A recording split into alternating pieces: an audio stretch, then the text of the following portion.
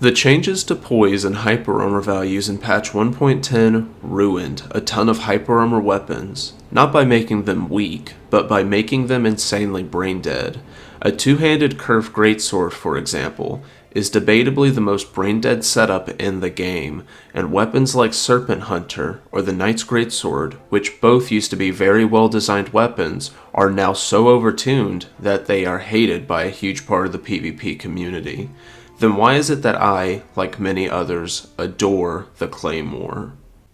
In today's video, we will be entirely focusing on the two-handed moveset. The reason is that the R2 thrust of the one-handed moveset makes it one of the worst candidates for any one-handed greatsword setup. The vertical slash that most greatswords have is actually much better since it looks very similar to the crouch R1.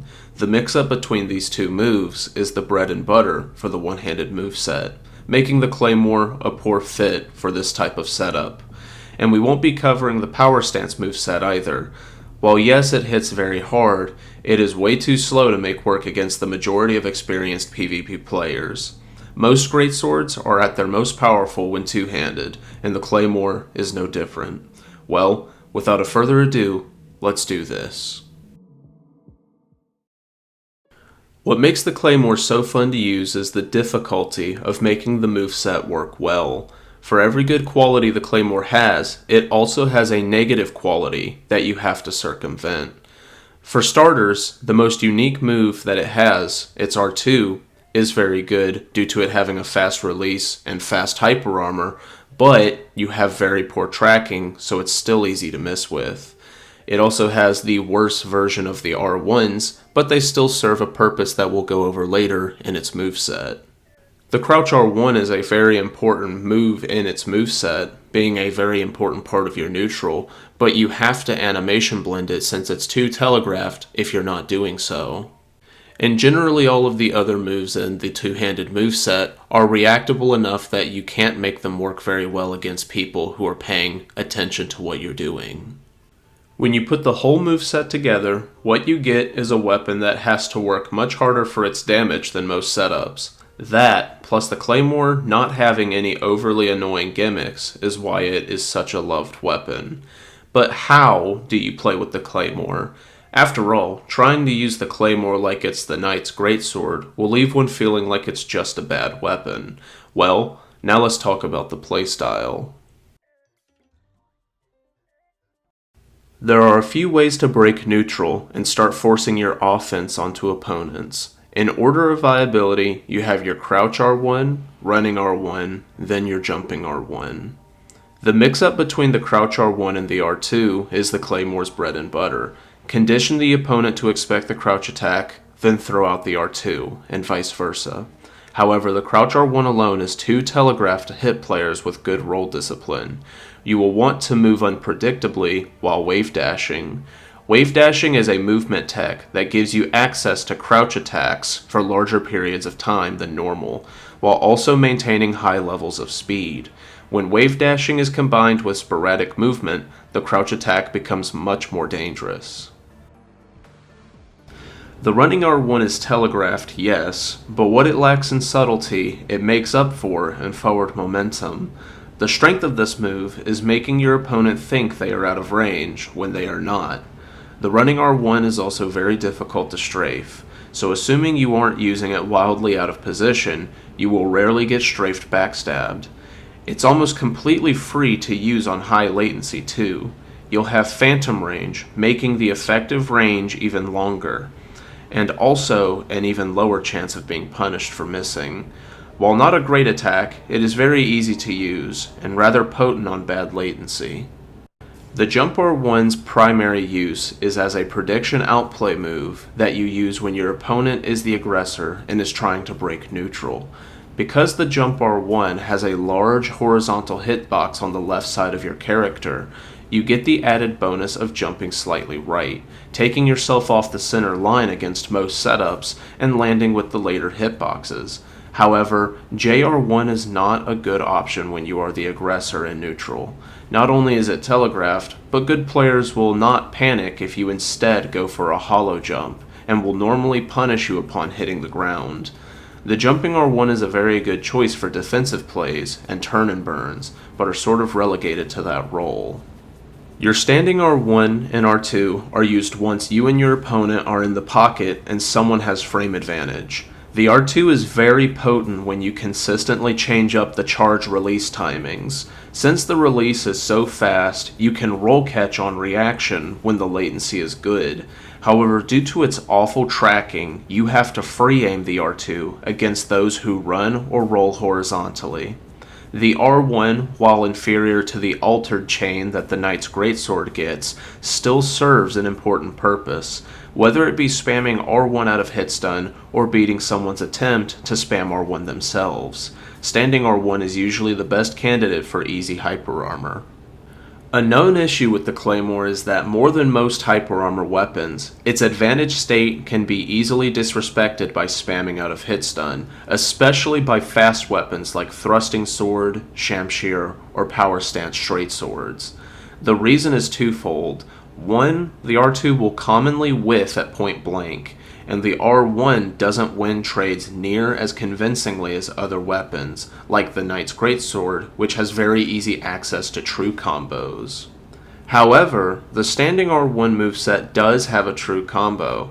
As Omega demonstrates in his Claymore video, the latest hit of the first R1 will true combo into the earliest hitbox of the second R1. This essentially means you're aiming at your opponent's feet, and then turning away from your opponent for the follow-up R1. This combo is very hard to pull off since aiming for the feet means unlocking and aiming at a small angle away from your opponent. It only works consistently when your opponent spams out of hit stun, since they will spend a while in the optimal striking range for the combo. However, the early hit of the second R1 can still be useful without the combo.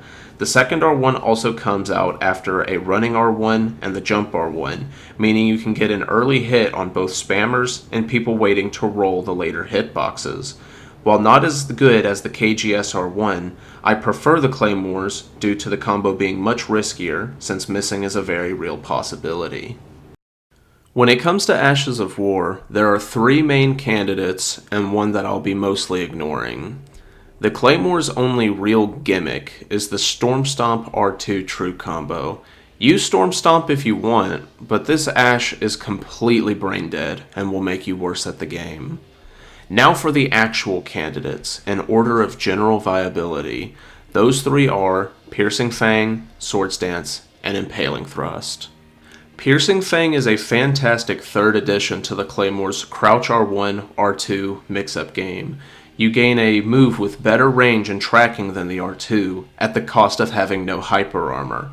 Piercing Fang becomes especially deadly when fighting multiple people. Due to the range and the speed of the release, you can throw someone off guard by swapping targets right before the lunge. Swords Dance is also a fantastic option for the Claymore. While it can't get thrust counter hits, you gain a large amount of hyper armor. That combined with the high damage makes Swords Dance perhaps the best roll consolidation between high forward momentum and a tool against those who mash out of hit stun. Impaling Thrust is a quirky side grade to Piercing Fang. Its unique attribute is that for some reason you can start an R2 noticeably faster than an R1 after the thrust. And since the Claymore has such a useful R2, you can alternate the Ashe and the R2 ad nauseum. However, despite this unique interaction, Impaling Thrust leaves much to be desired. It has very poor tracking, a stingy hitbox, less range than Piercing Fang. It's more telegraphed when it comes to the release than Piercing Fang, and similar to Piercing Fang, it has no hyper armor. While Impaling Thrust is a unique choice for the Claymore, it is certainly not the Claymore's best Ash of War. Now let's talk about the support weapons for a Claymore. The Claymore's biggest flaw is its inability to finish opponents off at low HP. All of the moves with high forward momentum are also very reactable. Sure, you might roll catch a clueless panic rolling PvEer with, say, a running R1, but this will almost never work against a competent PvPer. Considering this, you should have quick access to another weapon that remedies this problem. Examples include, but are not limited to, Fists and daggers, which are two of the fastest weapon types in the entire game. Both of these are easy to have on your person as a soft swap from the claymore, making them some of the prime candidates for this type of role consolidation. Some other candidates for different reasons are things such as thrusting swords, heavy thrusting swords, halberds, and twin blades. Thrusting swords because they are quick and also are difficult to react to. Halberds because of their quick, high forward momentum running R1. Heavy thrusting sword because of their obscenely long-ranged running R2, and then twin blades because a ton of their moves have 2 hits, meaning that they are hard to roll. For invasions, it's also very handy to have weapons or ashes nearby that will get multiple opponents off of you, since the majority of the Claymore's moveset is made up of either thrusts or vertical strikes. Things like Thunderstorm or Waves of Darkness will help stop gankers from swarming you so easily. In conclusion, the Claymore is not a very good weapon in the grand scheme of Elden Ring's balance. It's a very middle-of-the-road option, but that's perfectly fine. What makes the Claymore so fun to use is despite the poor balancing of hyper armor, the Claymore only shines with good fundamentals, predictions, and free aiming. And since it doesn't win trades very convincingly, you don't get rewarded much for brainlessly mashing. And of course, most importantly, the Claymore has top tier drip. But with that being said, thank you so much for watching till the end of the video. It means the absolute world to me, and I will see you guys in the next one. Peace.